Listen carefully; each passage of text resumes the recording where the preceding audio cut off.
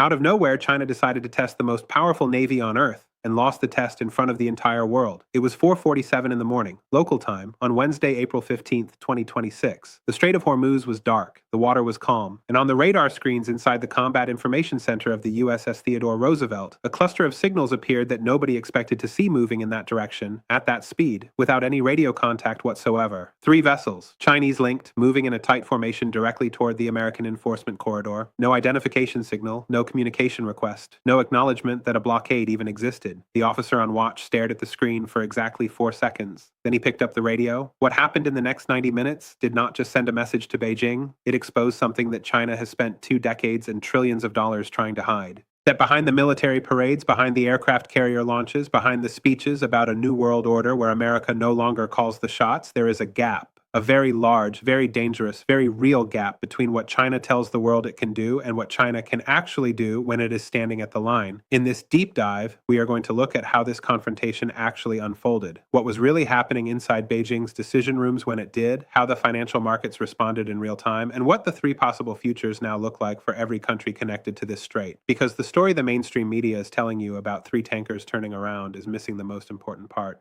Stay with me. To understand why 3 ships moving in formation at 4:47 in the morning matters so deeply, you have to go back to a deal that was never supposed to become public. 3 years ago, in a closed-door session in Doha, Chinese trade representatives and Iranian energy officials signed what sources inside the Gulf diplomatic community are now describing as a shadow transit agreement. The deal was simple on paper. China would guarantee purchase commitments for Iranian crude at a fixed discount rate. Iran would guarantee uninterrupted loading access at 2 secondary terminals that sat below the usual monitoring threshold of Western sanctions enforcement. The whole arrangement was designed to be invisible, small enough to avoid triggering alarm, consistent enough to keep Iranian oil revenue flowing even as official channels stayed locked. It worked for almost 2 years. The oil moved quietly. The money moved through intermediary banking nodes in Malaysia and the UAE. And China, which imports over 11 million barrels of oil every single day and depends on the Persian Gulf for nearly half of that supply, was getting a portion of it at a price that undercut every legitimate market competitor by 30 to 40%. But the agreement was built on one assumption above everything else, that the United States would never actually enforce a physical blockade at Hormuz, that it was too expensive politically, that America's allies would not support it, that global oil markets would panic in a way that made enforcement impossible. That assumption collapsed on April 13, 2026, when the U.S. Navy sealed the strait with a level of military force that had not been seen in that region since the first Gulf War. The shadow agreement suddenly had no exit. The tankers were loaded, the terminals were locked, and Beijing found itself holding a commitment it could not fulfill and a supply line it could not protect.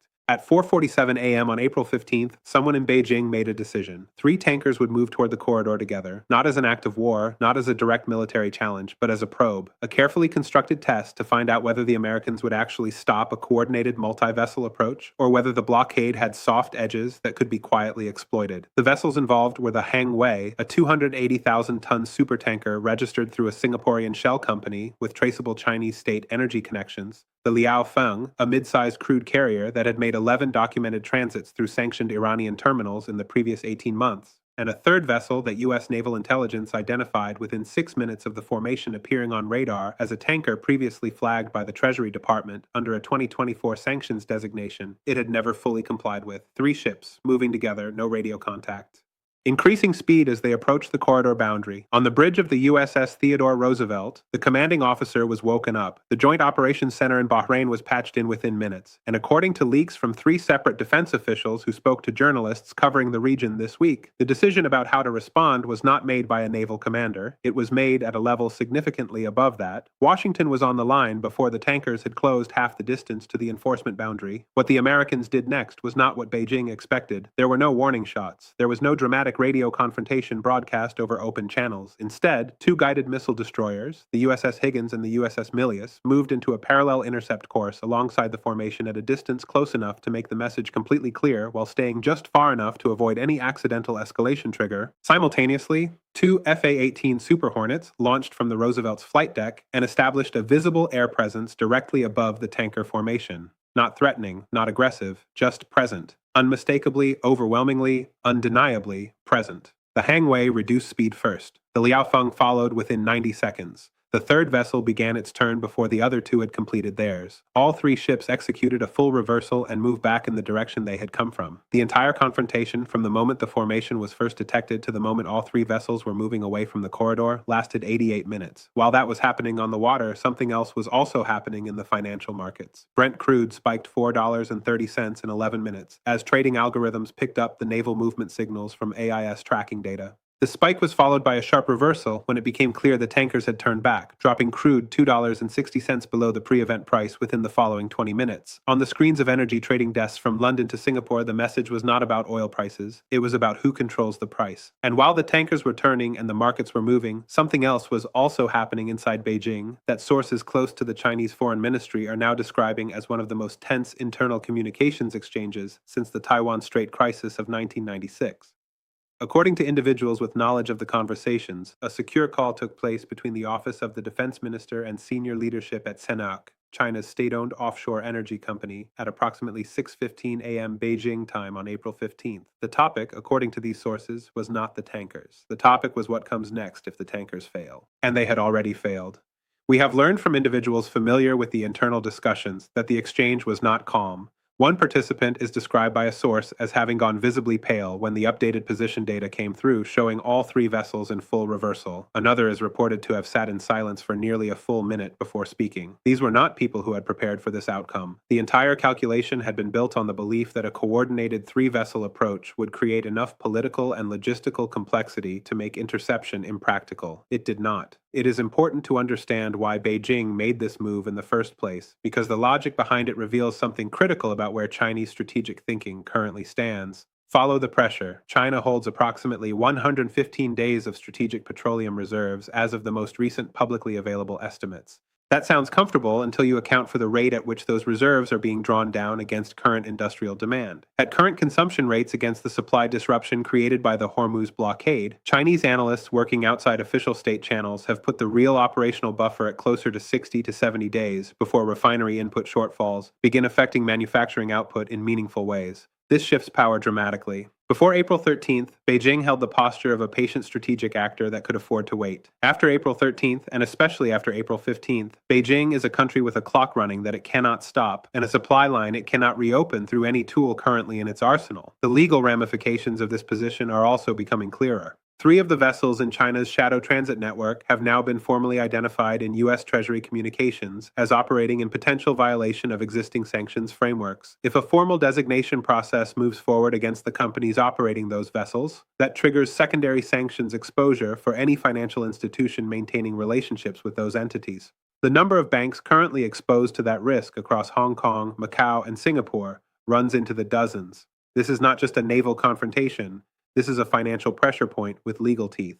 China can push back through diplomatic channels. It holds a permanent veto at the UN Security Council, and has already signaled it will block any resolution that attempts to formalize the blockade's legal standing. But a veto at the UN does not move oil. It does not refill a reserve.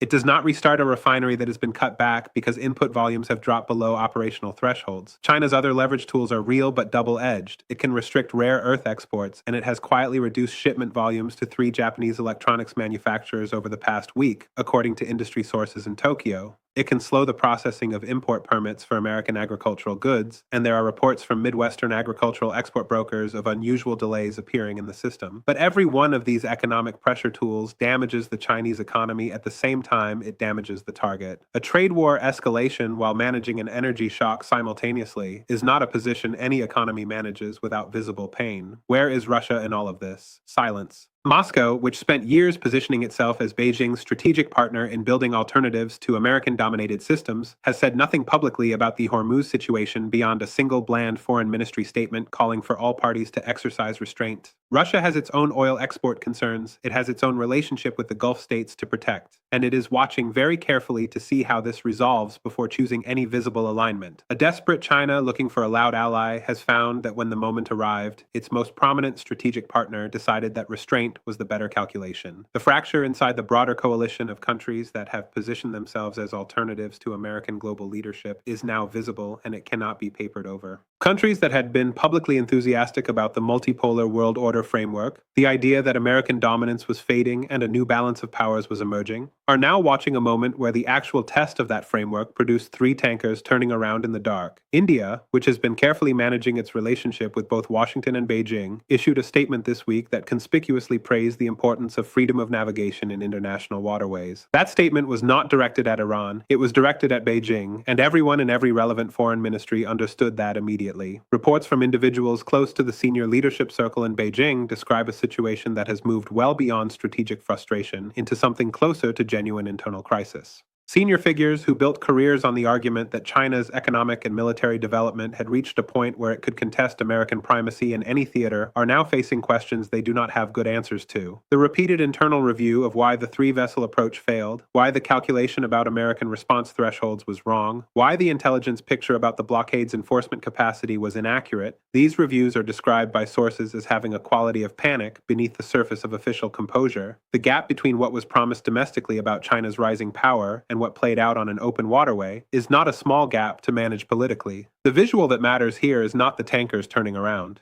The visual that matters is the clock on the wall of a refinery operations center in Shandong province counting down toward a point where the input supply numbers no longer support full production capacity, while the people responsible for fixing that problem run out of options one by one. You can rewrite a diplomatic statement. You cannot rewrite a supply deficit. You can issue a press release about strategic patience. You cannot issue a press release to a refinery that needs crude. The physics of energy supply does not care about the narrative. It cares about the barrels, and right now, the barrels are not moving. So where does this go from here? Three futures are in play, and the one that materializes will depend on decisions being made right now in rooms where the public is not allowed. The first future is the one that Washington has engineered the entire pressure architecture to produce. Beijing, facing a deteriorating domestic energy situation and the growing secondary sanctions exposure of its shadow transit network, applies quiet and intense pressure on Tehran to return to a negotiating framework that addresses the core demands on the table. China does not do this publicly. It does this through back channels, through economic signals, through the kinds of conversations that never appear in a press release, but that Tehran understands very clearly. Iran, facing its own internal economic crisis that has already produced street protests in 11 cities over the past 3 weeks, calculates that a deal is survivable in a way that continued total isolation is not. A framework is reached. The blockade is modified. Trade resumes under monitoring conditions. This is the future that the pressure is designed to force. The second future is the dangerous one. Beijing, calculating that domestic political pressure from a visible energy shortfall is more immediately threatening than the risks of escalation, authorizes a second coordinated move through the corridor, this time with more vessels, this time with a Chinese Coast Guard escort that creates a legal ambiguity about whether it constitutes a military challenge. The Americans respond with a harder intercept. Something goes wrong. A collision, a communications failure, a miscalculation about where one ship's boundary ends and another begins. The incident triggers a response chain that neither side intended and neither side can easily walk back. This future becomes more likely with every day that the diplomatic window stays closed. The third future is the slow grind. The blockade holds but creates enough economic pain in enough places that the political will to maintain it at full intensity begins to erode. American allies who declined to participate initially use that economic pressure as justification for pushing Washington toward a negotiated modification. China continues probing with individual vessels rather than formations, accepting a bleed rate of occasional successful transits that slightly extends Tehran's runway. The crisis does not end. It calcifies into something the world has to manage indefinitely, while the underlying problems remain unresolved, and the risk of accidental escalation accumulates quietly in the background. The Strait of Hormuz has always been the place where the real balance of global power gets tested against the stated balance. Every nation that has ever claimed the ability to operate outside of American-controlled systems eventually has to answer one question. What happens when America actually enforces that system with maximum force? China answered that question at 4:47 in the morning on April 15, 2026. 3 tankers, 88 minutes. A full reversal before a shot was fired. The Strait is not Iran's weapon anymore. The Strait is not China's test anymore. The Strait is the place where the 21st century's defining question is being answered one enforcement decision at a time. And the answer so far is not the one Beijing spent 2 decades and trillions of dollars trying to write. The world is watching, the clock is running, and the distance between the world China promised its people and the world that actually showed up on that radar screen is a distance that no press release, no diplomatic statement, and no military parade can close. Subscribe and stay close to this one. When the next formation appears on that radar screen, and based on everything we are seeing, we will break it down in real time. This is not over. This is the beginning of the most important test of global power in a generation.